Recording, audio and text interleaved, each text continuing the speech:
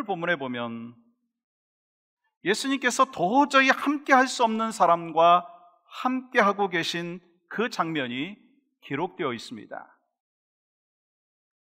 지금 예수님께서는 많은 세리와 죄인들과 함께 식사하고 있어요. 사실 우리는 이 예수님께서 세리와 죄인들과 함께 식사를 하셨다라고 하는 그 사실에 대해서 이미 성경을 통해서 알고 있기 때문에 전혀 이상하지 않습니다. 그러나 그 당시는요, 충격적이었다라고 하는 것입니다.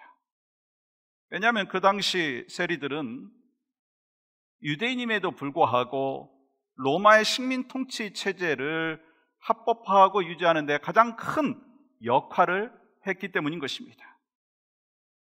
그 당시 유대인들은요, 세리들을 민족의 반역자로 생각을 했고 죄인들과 창녀들과 같이 취급을 당했다라고 하는 것입니다. 그래서 유대인들은요, 그들과 함께 식사하지 않았어요. 또한 회당에 출입하는 것조차 허락지 않았습니다. 심지어는요, 그들이 헌금한 그 헌금을요, 더럽다고 받아들이지도 않았다라고 하는 것입니다. 그런데 당시 엄격한 율법 사회에서 예수님께서는 그들과 함께 식사하셨다라고 하는 것은 파격적인 사건이라고 하는 것입니다. 그러면 왜 예수님께서는 민족의 반역자로 여겼고 경멸의 대상이었던 그 세리들과 함께 하셨고 죄인들과 함께 식사를 하셨느냐라고 하는 거예요. 이를 통해서 우리에게 무엇을 말씀하고 계시느냐라고 하는 것입니다. 먼저 예수님은 죄인들을 위해서 오셨다라고 하는 것을 오늘 말씀을 통해서 우리에게 가르쳐 주고 있습니다. 오늘 본문 15절의 말씀 보시면 예수님께서는 세리와 죄인들과 함께 식사하신 내용이 기록되어 있는 것을 보죠. 많은 세리와 죄인들이 예수와 그의 제자들과 함께 앉았으니, 당시 유대인들에게 있어서 식사를 함께 한다는 것은요, 서로를 인정한다는 거예요. 그리고 서로가 언약 공동체 멤버가 되었다라고 하는 심발릭한 의미가 있는 것입니다. 그렇다면 왜 예수님께서는 민족의 반역자로 취급받던 세리뿐만 아니라 죄인들과 함께 식사를 하셨느냐라고 하는 거예요. 지금 세리와 죄인들은요, 구원자이신 예수님을 필요로 했다라고 하는 것입니다. 다시 말하면 나는 의인입니다, 나는 별 문제 없습니다, 그렇게 생각하는 사람은요, 예수님을 필요로 하지도 아니하고 예수님을 찾지도 않습니다. 여러분, 오늘 본문에 보면 그런 대표적인 사람들이 기록되어 있는 것을 볼 수가 있습니다. 누군가요? 16절 보시면 바리새인의 서기관들이 예수께서 죄인 및 세리들과 함께 잡수시던 것을 보고 그의 제자들에게 이르되 어찌하여 세리 및 죄인들과 함께 먹는가? 마가는요, 의도적으로 세리와 죄인들이 같이 병행되어서 나오는 그 문장을 기록하고 있습니다.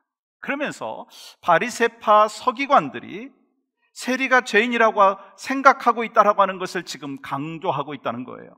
다시 말하면 그들은 지금 세리들은 죄인들이고 자기들은 의인이라고 말하고 있다라고 하는 거예요.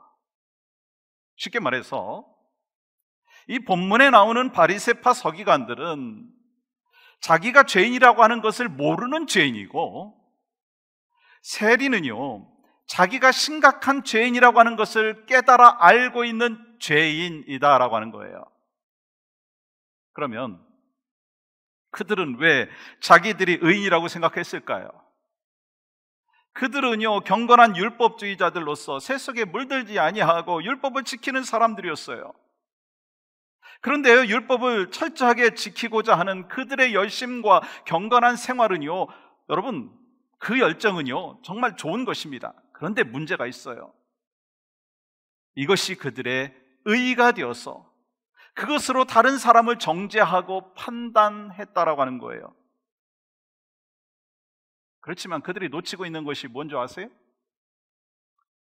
하나님의 말씀을 알았고 율법을 지켜왔지만 하나님의 말씀을 통해서 자기 자신을 비추어 보지 못했다라고 하는 거예요. 하나님의 말씀을 통해서 남의 티는 보면서 자기의 들보는 보지 못했다라고 하는 거예요. 근데 성경은 뭐라고 말씀하십니까? 한번 같이 읽어볼까요? 로마서 3장 10절부터 12절입니다. 시작.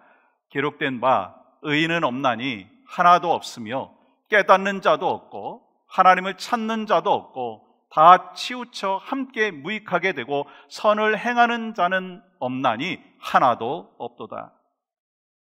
아무리 우리 힘으로 죄를 깨끗이 해보려고 하고 착한 일을 하고 정직하려고 하고 그런다 할지라도 빛 대신 예수님께 나오는 순간 우리는요, 우리가 갖고 있는 죄는요 다 드러나게 된다는 거예요.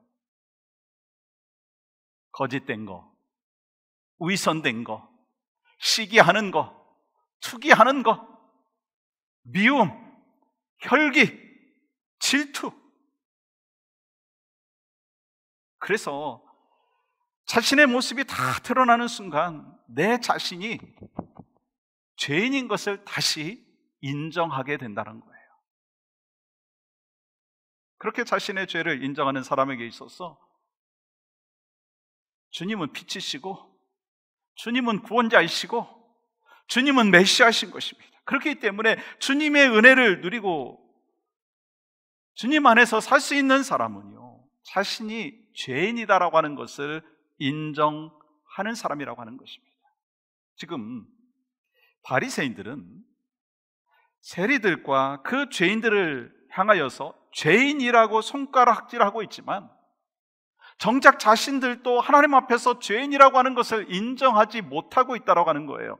만약에 바리새파 서기관들이 하나님의 말씀을 통해서 자기 자신을 비추어 보았다면 의인이라고 생각하지 않았을 거예요. 그러면 왜 자신을 의인이라고 생각했습니까? 그들은 하나님의 말씀을 안다고 했지만 하나님의 말씀을 통해서 자기 자신을 어떻게 해요? 비추어 보지 못했다는 거예요. 예수님께서는 그들을 향하여서 왜 세리와 죄인들과 함께 먹고 있는가? 왜 예수님께서 이 땅에 오셨는가? 그 목적을 분명히 말씀하고 계시다라고 하는 거예요. 예수께서 들으시고 그들에게 이르시되 건강한 자에게는 의사가 쓸데없고 병든 자에게라야 쓸데있느니라. 나는 의인을 부르러 온 것이 아니오 죄인을 부르러 왔노라 하시니라. 여러분, 세상에는 자기 몸이 병든 줄 모르는데 무서운 병에 걸려 있는 사람들이 있어요. 자기가 병들었는데 그걸 모른 채 그냥 살아가고 있어요. 그러다 보면 어떻게 됩니까? 나중에는요, 병이 키워져서 손을 댈 수 없는 상황이 돼버릴 수도 있다는 거예요.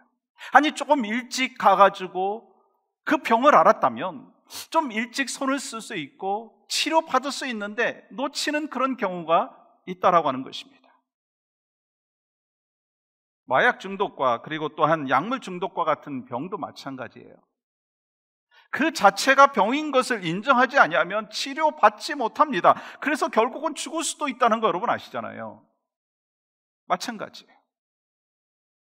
죄를 먹고 마시면서도 자기는 죄가 없는 것처럼 착각하는 사람들이 있다는 거예요. 그런 죄인들에게 죄를 깨닫게 하시고 회개하게 하시고 죄악으로부터 건져내시기 위해서 예수님께서 이 땅에 오신 거예요. 이 말씀을 막 묵상하다 보니까요, 제가 얼마나 죄를 많이 지었는지, 죄된 모습이 있는지, 나의 연약함이 무엇인지, 나의 허물이 무엇인지 막 주님이 생각나게 하시더라고요. 그러면서 눈물을 흘리면서 주여, 내가 이 정도입니다.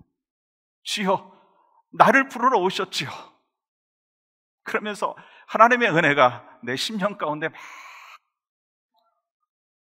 다가오는 것을 경험할 수가 있었어요. 주님은 의인을 부르러 오는 것이 아니요 죄인을 부르러 오셨다는 거예요. 여러분과 저는요, 오늘 다시 한번 깨닫기를 원합니다. 은혜 아니면 살아갈 수 없었던 나, 은혜 아니면 구원받을 수 없었던 그래서 날마다 나를 구원하신 예수님께 나아갈 수밖에 없는 죄인이라고 하는 것을 인정하고 주여 나를 받아주소서. 그러면서 주님과 동행하면서 주님의 임재를 경험하면서 오늘도 내일도 살아갈 수 있는 여러분과 저의 삶이 되기를 주님의 이름으로 간절히 축복합니다. 또한 죄인들만이 부르심에 응답한다는 거예요. 죄인들만이 부르심에 응답한다는 거예요. 오늘 13절 말씀 보시면 예수께서 다시 바닷가에 나가심에 큰 무리가 나왔거늘 예수께서 그들을 가르치시니라. 예수님께서 큰 무리를 가르치셨다라고 기록되고 있어요. 그렇다면 뭘 가르치셨을까요? 예수님께서 뭘 가르치셨을까요? 그 가르침의 내용이요, 마가복음 1장 15절에 있습니다. 회개하고 복음을 믿으라. 예수님께서는요, 회개의 복음을 가르치셨어요. 그러면 여러분 어떻게 반응해야 될까요? 큰 무리에게 회개하고 복음을 믿으라 그렇게 가르치셨으면 그 다음에 나오는 내용이 뭐가 되어야 되겠습니까? 회개하고 복음을 믿더라. 그런데요, 성경에 보니까 그런 내용이 없어요. 오늘 본문 14절은 이렇게 기록하고 있습니다. 또 지나가시다가 알페오의 아들 레위가 세관에 앉아있는 것을 보시고 그에게 이르시되 나를 따르라 하시니 일어나 따르니라. 예수님께서 회개하고 복음을 믿으라고 하셨는데 큰 무리들이 회개한 것이 아니라 오히려 죄인이라고 낙인 찍혔던 세리만이 주님의 부르심에 대하여 응답했다라고 하는 거예요. 그리고 예수님께서 말씀하신 회개하고 복음을 믿으라고 하는 그 가르침에 사람들은 전혀 반응하지 않았어요. 왜요? 자신이 죄인이라고 하는 것을 인식하지 않은 사람에게는요, 하나님께서 말씀하시는 것을 받아들일 수가 없다라고 하는 것입니다. 여러분, 자신이 의롭다고 생각하는 사람은 난 문제가 없어요. 저 사람만이 문제예요. 하나님, 이 환경의 문제지 나의 문제가 아니에요. 그렇게 생각하는 사람은요, 말씀을 통해서 은혜가 들어갈 수가 없는 거예요. 예배뿐만 아니라 성경을 공부하고 또한 하나님의 말씀을 묵상할 때도요, 먼저 내가 죄인인 것을 인정하고 받아들이고 용납할 때 바로 성령께서 역사하여 주심을 경험할 수가 있다는 것입니다. 여러분, 예수님의 가르침에도 큰 무리가 전혀 반응하지 않았다는 거 아시죠? 그런데요, 죄인이라고 낙인 찍힌 세리는요, 마음의 변화가 있었어요. 그 사실을 예수님께서 아시고 이렇게 말씀하시잖아요. 나를 따라오너라. 그 순간 세리는 모든 것을 버려두고 주님을 따르기 시작했어요. 이렇게 세리가 곧바로 모든 것을 버리고 예수님을 따랐다는 것을 통해서 세리는요, 자신이 죄인이라는 것을 깨달을 뿐만 아니라 주님을 신뢰하고 믿었다라고 하는 사실을 알 수 있습니다. 그렇다면 왜 예수님께서는 세리를 부르셨을까요? 하나님의 나라는요, 세상에서 실력 있고 인정받는 사람들이 모여있는 곳이 아니라고 하는 것입니다. 자기가 죄로 망가진 것을 알고 은혜로 구원받았다라고 하는 것을 아는 사람이 모여있는 곳이 하나님의 나라라고 하는 거예요. 그러므로 하나님 나라의 일꾼은요, 세상에서 탁월하고 인정받는 그런 사람들이 아니라 오히려 보잘것없는 사람들, 자기의 죄로 인해서 망가져서 은혜 아니면 자신이 쓸데없는 사람이라고 생각하는 사람, 바로 그 사람이 하나님의 일꾼이고 주님의 제자가 된다는 거예요. 그래서 예수님께서는요, 죄인들과 세리를 부르셨다는 거예요. 주님이 부르셨고 세리와 죄인들은 반응했다는 거예요. 그러면 왜 세리는 주님의 부르심 앞에 모든 것을 버리고 즉시 따라갈 수 있었습니까? 그것은 자기가 가진 것이 다 쓸데없고 보잘것없다라고 하는 것을 깨달았고, 하나님이 나를 부르시는구나, 나 같은 존재도 부르시는구나, 그 부르심에 대하여서 너무나 감격했기 때문에 반응한 거예요. 그것이 은혜인 것을 깨달았다라고 하는 것입니다. 근데 종종 우리 크리스찬들 가운데, 아니 우리의 모습 가운데, 아니 저의 모습 가운데 영적으로 실패할 때가 있더라고요. 그때가 언제인지 아시죠? 하나님의 은혜를 잊어버리고 자신의 실력을 의지하는 그 순간 이미 실패한 거예요.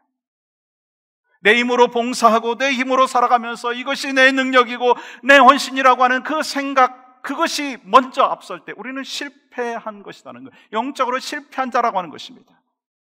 그러나 세리는 다같이 보잘것없는 자를 예수님께서 제자로 부르셨다는 것에 감사하면서 감격하면서 즉시 따라갔습니다. 그리고 그는 마침내 그 부르심을 따라 주님의 제자로 살았고 마침내 마태복음을 기록하는 제자 마태가 되었습니다. 여러분도 그러한 제자의 모습으로 변화되기를 원하십니까?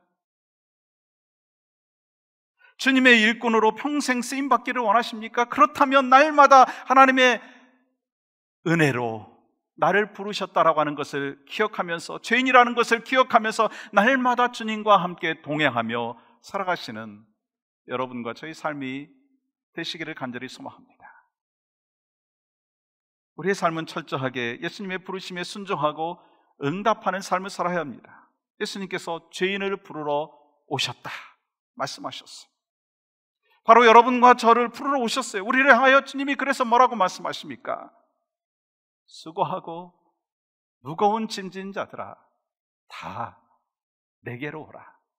내가 너희를 쉬게 하리라.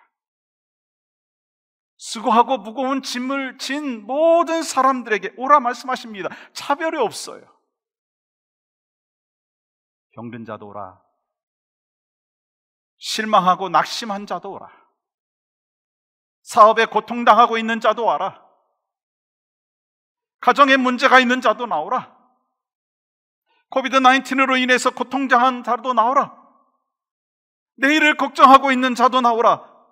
주님 앞에 나오면 주님이 안식을 주시겠다, 평안을 주시겠다 약속하셨어. 근데 왜 우리는 주저합니까? 왜 우리는 흔들립니까? 왜 우리는 의심합니까? 주님이 지금 여러분과 저를 부르십니다. 수고하고 무거운 짐 다 나에게 내려놔라. 내가 너에게 쉬게 하리라. 그 음성에 세리는 반응했고 죄인들은 반응했고, 그래서 주님을 따르는 하나님의 사람이 되었듯이 여러분과 저도 그러한 은혜와 부르심에 대한 반응이 날마다 더하는 그 축복이 있기를 주님의 이름으로 간절히 축복합니다. 또 한 가지는요, 죄인들이 모인 공동체가 교회라고 하는 사실을 아십니까? 죄인들이 모인 공동체가 바로 교회예요. 여러분 15절 말씀 보시면 그 하반절 이렇게 기록하고 있어요. 이는 그러한 사람들이 많이 있어서. 여러분, 그러한 사람들이 예수님을 따라가는데 그러한 사람들이 누군가요? 세리들이고요, 죄인들입니다. 제자된 세리처럼 허물과 죄로 망가진 그들도 하나님의 은혜를 깨닫고 부르심을 따라서 주님의 제자가 되고, 그래서 주님과 식탁의 교제를 나누고 함께 걸어가는 제자가 되기를 소망하는 마음이 있었다라고 하는 것입니다. 예수님께서는 그들과 교제함으로 인해서 그들을 복음으로 변화시켰고 구원받은 백성으로 살 수 있도록 은혜를 베풀어 주셨어요. 여러분, 이것이 바로 교회인 거 아세요? 여러분, 세리는 경멸의 대상이고 죄인들로 낙인 찍혔고 율법을 지키지도 않았고 그들은 수치스러운 직업을 갖고 있는 사람들이었습니다. 그런데 그런 사람들이 예수님의 제자가 되었어요. 어떻게 그럴 수 있습니까? 하나님의 은혜가 아니면 그렇게 될 수가 없어요. 하나님의 은혜로 부르심을 받았고 제자가 되었다는 거예요. 여러분, 이것이 정말 중요한 거 아시죠? 주님의 제자가 되는 과정 속에서 성경에 대한 지식을 점검했다, 그런 기록 여러분 성경에서 보셨어요? 저는 찾아볼 수 없었어요. 주님의 제자가 되기 위해서 필요한 것은요, 주님과 함께 식사를 했느냐, 주님과 함께 교제를 했느냐, 그게 참 중요하잖아요. 가장 중요한 것은 무엇인가라고 하는 것을 기억하셔야 됩니다. 막 지식을 쌓고 머리가 커지고 이건 중요한 게 아니에요. 그건 다음이에요. 정말 주님과 교제하고 있는가? 인격적인 주님과의 만남이 있는가? 주님의 말씀을 통하여 내가 죄인인 것을 깨닫고 주님, 내가 하나님의 은혜가 아니면 살아갈 수 없는 존재입니다. 그걸 날마다 고백하는 것이 바로 하나님이 원하시는 삶의 모습인 것입니다. 그러면 어떻게 될까요? 삶의 변화가 있어요. 공동체에 덕을 끼치게 되어 있습니다. 머리가 큰 사람들만 모여 있으면요, 많은 것을 안다라고 해서 자기 주장만 하다 보면은요, 그냥 배가 산으로 갈 수도 있어요. 그러나 자기 생각, 자기 주장을 내려놓고 주여, 내가 덕을 끼치는 하나님의 사람이 되기를 원합니다. 주여, 나를 사용하여 주시옵소서. 그런 사람들이 가정에 있을 때 가정은요, 하나님이 원하시는 복된 가정이 되는 것이고, 그러한 사람들이 많은 교회 공동체는요, 덕을 끼치는 사람들이 많은 공동체는요, 그 속에서 하나님의 역사하심과 또 하나님께서 소망하시는 것을 계속해서 이루어 나갈 수가 있다라고 하는 것입니다. 그래서 우리는 말씀에 훈련을 하면서 24시간 365일 동안 주님과 손 붙잡고 걸어가는 삶을 저는 살고 싶습니다. 그렇게 살기를 원합니다. 나를 도와주소서. 그러한 삶의 결단, 그러한 것이 먼저 여러분과 저에게 있을 때 바로 우리는 하나님이 원하시는 성숙한 크리스찬의 삶으로 나아가는 것입니다. 그러므로 교회의 모임은요, 예수 중심이어야 합니다. 교인들끼리의 모임은요, 예수 이름으로 모여야 합니다. 그러면 두세 사람이 내 이름으로 모인 곳에 나도 그들 중에 있으리라 말씀하셨어요. 그렇기 때문에 모임의 중심이 인간이 되어버리면요, 예수님과 함께 하지 않습니다. 모임의 중심에는 언제나 예수님이 함께 하셔야지 평화가 있고 기쁨이 있고 주님 앞에 영광이 되는 거예요. 그러나 여러분, 예수님의 이름으로 모이지 않는 곳에는요, 불평이 있고 다툼이 있고 분쟁이 있다는 거예요. 싸움이 있는 거예요. 그래서 언제나 우리의 모임 가운데 주님이 중심이 되기를 간절히 소망합니다. 여러분의 가정 가운데 주님이 중심이 되기를 주님의 이름으로 간절히 축복합니다. 아무리 많은 성경 지식을 갖고 있고 훈련을 받았다 한다 할지라도 오늘 주님과 함께 친밀한 교제를 하는 것이 정말 중요하다는 거예요. 그리고 주님과만 함께 하는 것이 아니라 은혜로 부르심을 받은 또 다른 사람들, 또 다른 죄인들과 함께 어울려 식사를 하는, 교제를 하는, 그러면서 훈련의 모습들이 계속해서 있어야 되고 세워짐의 모습들이 있어야 된다는 거예요. 그래서 교회는요, 위로는 하나님 앞에 예배를 드리기 위함이고, 또한 안으로는요, 서로 섬기고 세워주기 위함이고, 밖으로는요, 잃어버린 영혼을 구원하는 사명을 감당하게 하기 위함이라고 하는 것입니다. 그런 것이 바로 교회라는 거예요. 그러나 성경에 대한 지식이 많고 아무리 많은 훈련을 받고 세상 사람들이 보기에 괜찮은 사람이라 한다 할지라도 주님과 함께 하지 아니한다면 주님의 제자가 될 수 없는 것이고 교회라고 할 수가 없는 것입니다. 오늘 본문에 그런 사람들이 있어요. 바리새인들과 서기관들이에요. 26절 주님이 말씀하시잖아요. 바리새인의 서기관들이 예수께서 죄인 및 세리들과 함께 잡수시는 것을 보고 그의 제자들에게 이르되 어찌하여 세리 및 죄인들과 함께 먹는가? 이렇게 질문했을 때 예수님께서 말씀하시죠. 한번 17절은 같이 읽을까요? 시작. 예수께서 들으시고 그들에게 이르시되 건강한 자에게는 의사가 쓸데없고 병든 자에게라야 쓸데있느니라. 나는 의인을 부르러 온 것이 아니요 죄인을 부르러 왔노라 하시니라. 여러분, 요즘에 교회 문제가 무엇인지 아십니까? 오늘날의 교회의 문제가 뭔지 아세요? 죄인이라고 하는 것을 인정하지 않는 사람들이 많다는 거예요. 늘 거룩한 척, 의인인 척, 깨끗한 척, 그런 사람들이 있다는 거예요. 지금 누구 얘기하는 걸까요? 제 얘기하는 거예요.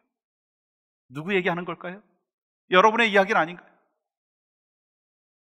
여러분, 사도 바울이 다메섹 도상에서 예수 그리스도를 만나기 전까지는요, 자신이 가장 의롭고 경건하고 도덕적이고 깨끗한 척했습니다. 자부했어요. 그러나 예수님을 만난 이후에 자신을 가리켜서 나는 죄인 중에 괴수라고 고백하는 것을 보게 됩니다. 자기 죄를 회개할 때 주님이 함께 하셨고 평안이 찾아왔다는 거예요.